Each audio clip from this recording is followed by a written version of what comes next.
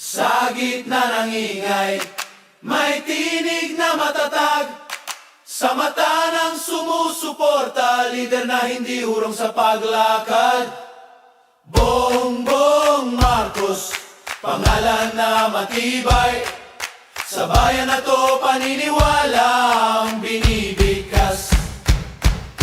Laban kung laban, kahit anong unos.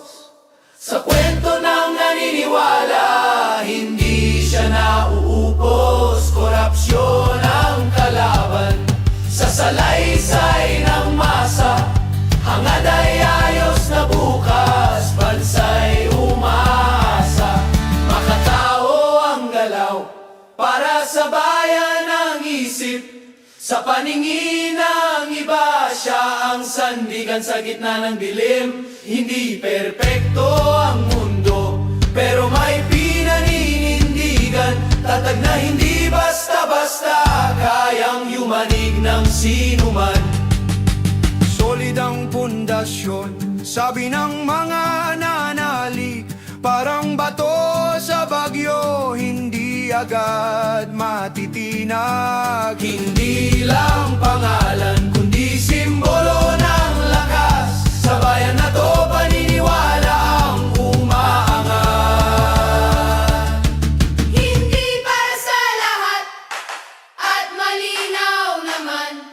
Bawat lider may kritiko, may sariling daan. Pero sa hiling na to, isang tinig ang totoo.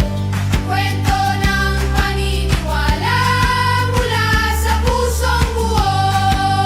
Marcos, Marcos, Marcos pa rin. Marcos, Marcos, Marcos pa rin.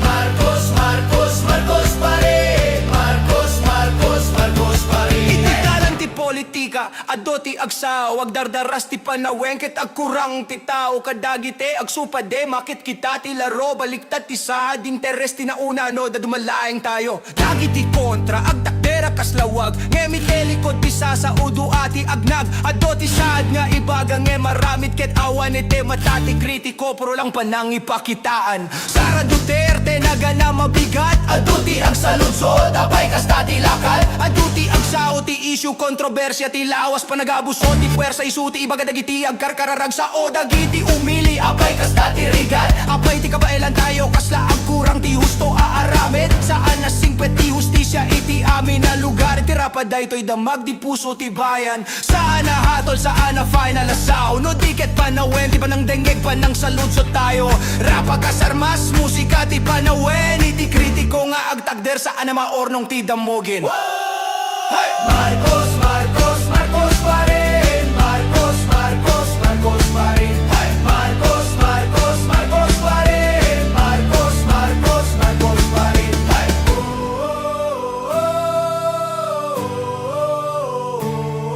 Hey!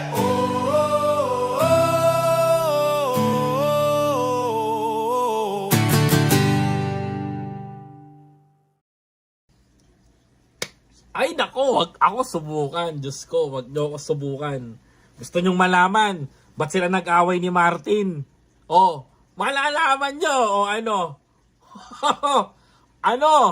Oh, bakit naipit si PBBM? Bakit naipit? Yan ang tanong. Ang pinaglalaban ng mga taga dito ay abay matulog na kayo. Ay, sige Franco, gusto mo na mamatulog? Walang problema, patutulogin na kita. Say yes.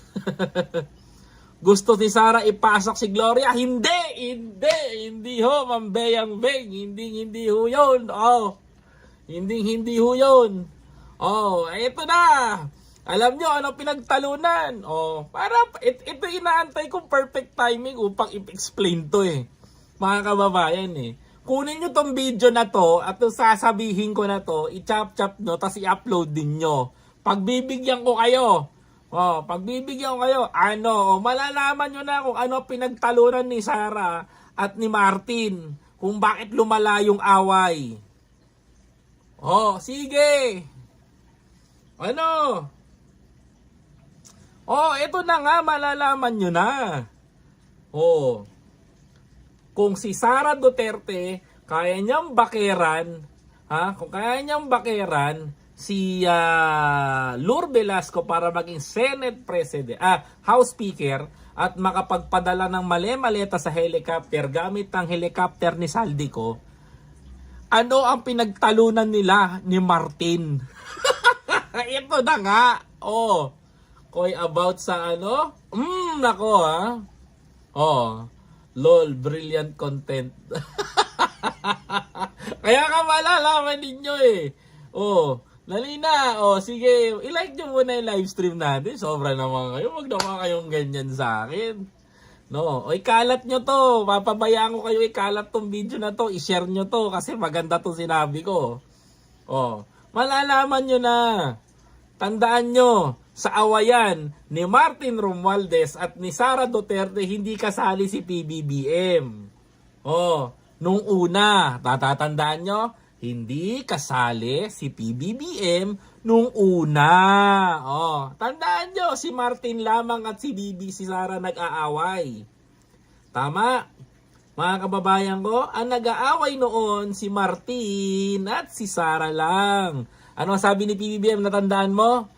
Sa gitna ng dinadanas mo, ako pa rin ang best friend mo, sabi ni Pangulong Bongbong Marcos kay Sara. Yan, naaalala nyo? Naaalala nyo ba mga kababayan ko?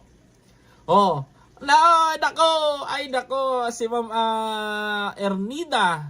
Nako, matatambakan mo na, madam, malapit ka na. Ma'am Ernida Maritino. San Martino. Ako, madadali mo na, madam. Ipagdadasal natin ang ating Pangulo. Well, I agree. Meron mga kababayan ko. Alam nyo ba kung ano, mga kapatid? Gets nyo na ba? Gets nyo na, mga kababayan ko? Share ko to para magising ang mga utak ng mga bulag na katotohanan. Correct! Malalaman nyo na nga kung ano pinagtalunan nila eh. May pinagtalunan yung dalawa. Mga kababayan, kwento ko na. Game ka na. Nahuhulaan nyo na kung pinagtatalunan nilang dalawa? Nahuhulaan nyo? Nagets nyo ba? Di ba mga kababayan ko? About sa maleta na yan, Sir BNK. May tumpak. Napanood ko, sir, di ba? Ito na. Malamang sa malamang, ang pinagtalunan ng dalawa is yung mga gustong mangyari ni Sara na hindi natupad.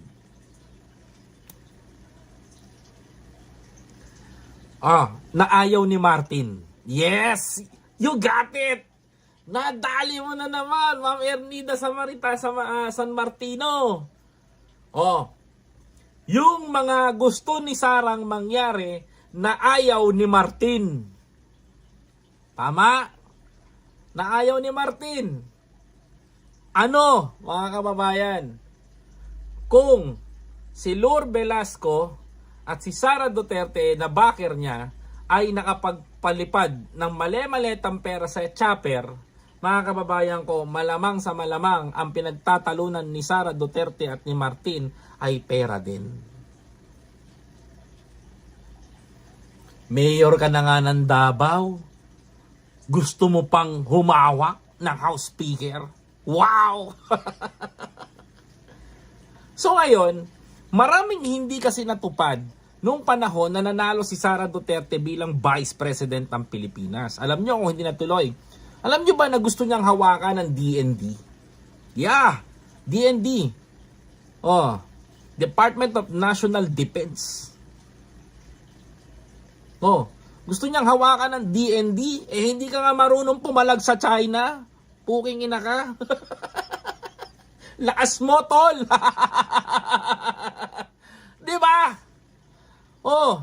Totoo naman sinasabi ko Gusto mong hawakan ng China, gusto mong hawakan ng Department of National Defense? Hindi ka nga marunong dumipensa sa China? No. Gusto niyang makuha ang DND, hindi ibinigay ni Pangulong Bongbong Marcos. Saan siya nilagay? Sa Department of Education, sa DepEd, mga kababayan. Sa DepEd siya nilagay, tama? Oh, ngayon, nung hindi na pagbigyan yung mga hiling niyang budget sa Department of Education, doon na nagwala ang lola nyo. Bakit? Pakiramdam niya, siningle out siya ni Pangulo. Diyan na papasok ngayon yung confidential file.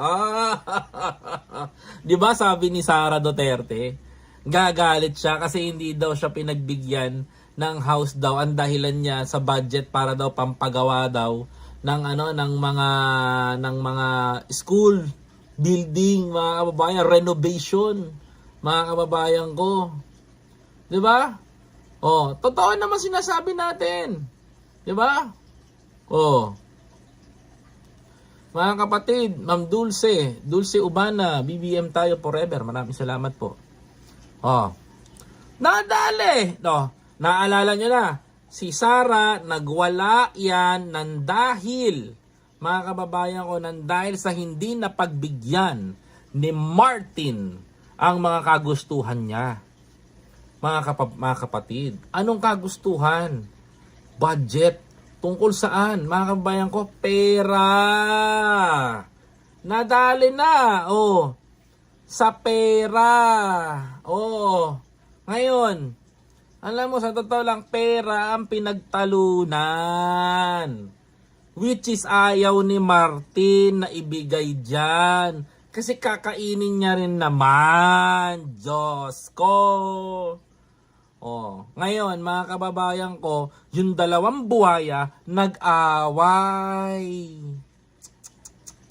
Kaya si Sara todo banat kay Saldi kasi alam niya kung gaano kakurap si Saldi.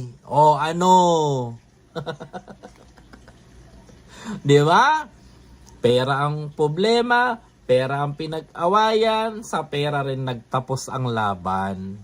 Kaya ngayon, wala pa si Pangulong Bongbong Marcos doon, lumilipad na sa maleta. Lumilipad na yung maleta sakay ng chopper ni Saldi na dating bataan ni Pangulong Duterte. Palag mga DDS. Sabi ko sa inyo di ba? Sa DepEd nilagay ni Sayad na matuto pa. Wala nga ho. Galit na galit ho siya kay Martin kasi hindi ho daw binabudgetan ni Martin yung pampapagawa niya daw ng school. Saan ka ba naman makakita, mga kababayan ko? Ito, this is a corrupt mindset. Ang gusto ni Sara Duterte, kumuha ng pondo ng pera ng taong bayan, ilagay sa insurance at ipa-insured yung mga building ng Department of Education, ng eskwelahan. Anak ka ng teteng, binigyan ka na nga ng budget, papasok mo pa sa insurance. Antayin mo munang gumuho yung building, saka mo itatayo. Antayin mo muna masunog yung building bago mo itayo ulit. Diba? Ganyang katindi, mga kababayan ko. Gustong ko, ayan ho ang inayawan ni Martin Romualdez. Bakit mo ipapasok sa insurance ang pera na ibibigay sa'yo ng taong bayan? Sinong unang-unang kikita?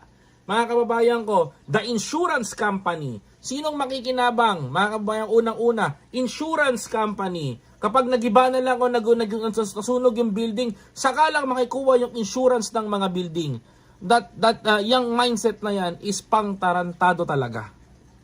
Sorry for my words, please pardon me, pero I need to use that words because hindi yan ang dapat na ginagawa ng isang Department of Education. Ang trabaho mo magpatayo ng building galing sa pondo ng pera ng taong bayan, hindi mo na idadaan sa insurance. Gamitin naman natin ang utak natin. Diba? So kung noon pa man nagaganap na yung mali-malitang pagsakay sa helicopter ni Saldico, mga kababayan ko, so ibig sabihin nun, mga kababayan ko, ay, so ibig sabihin nun, mga kababayan, naganap yan noon talaga.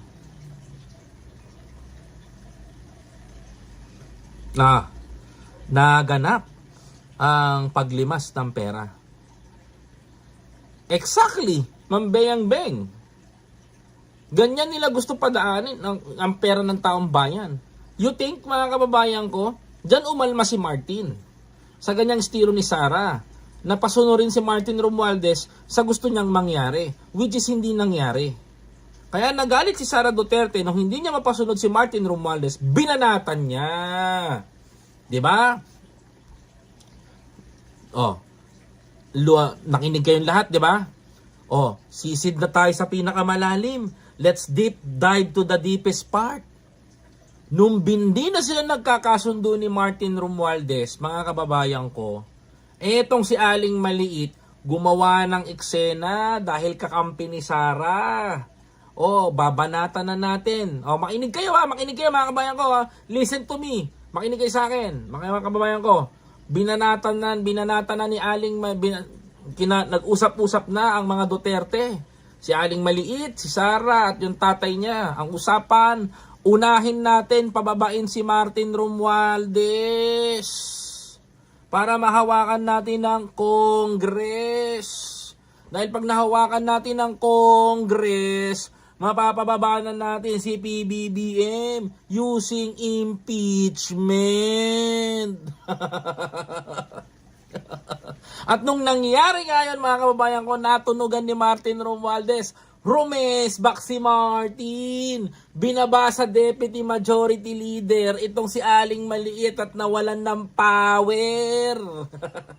At nung nawalan ng power si Aling Maliit, wala nang pag-asa ang presidency ni Sara. Kasi doon pa lang nagiba na sila.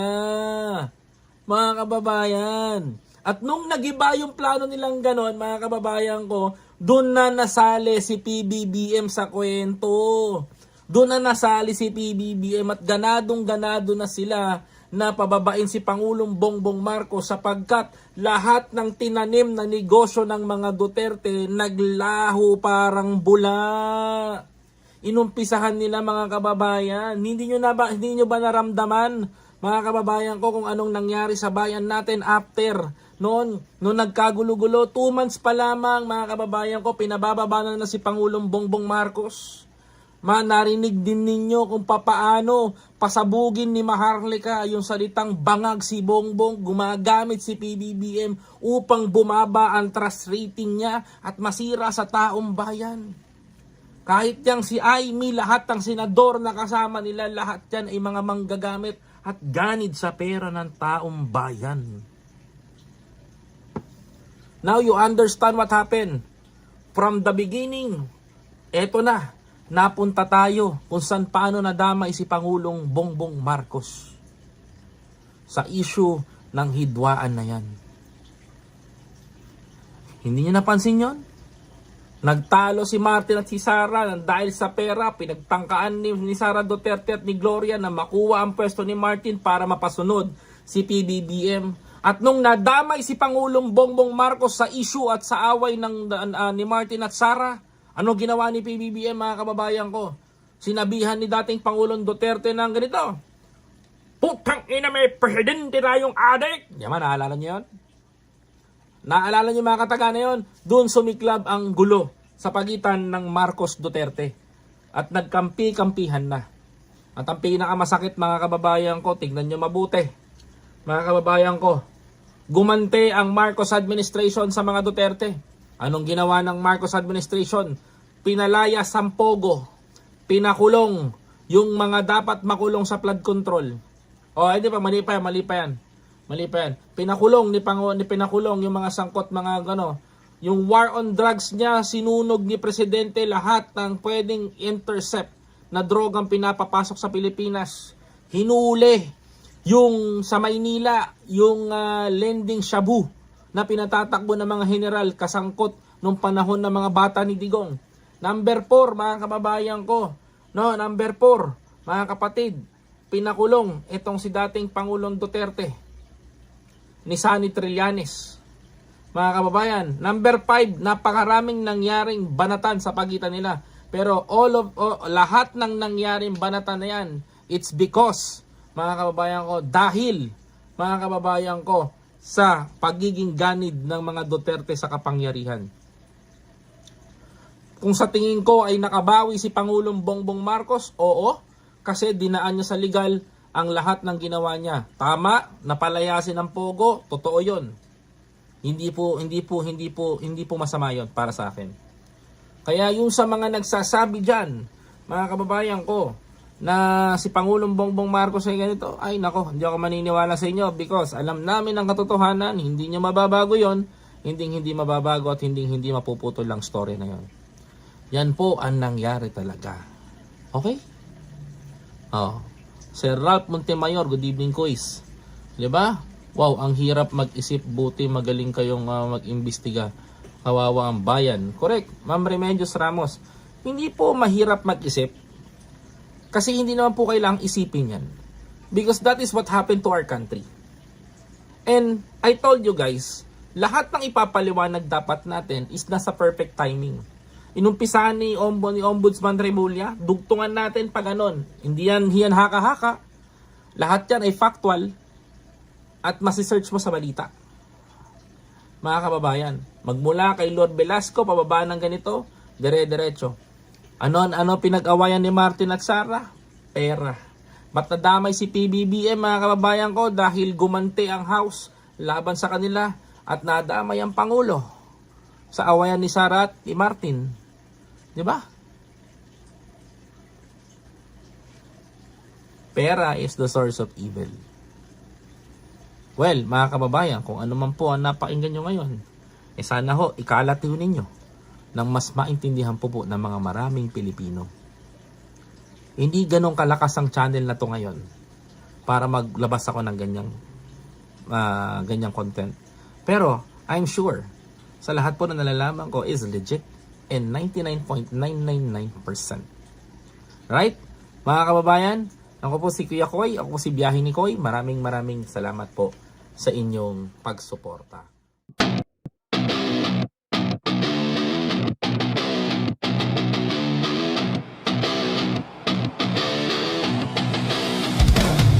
Hey!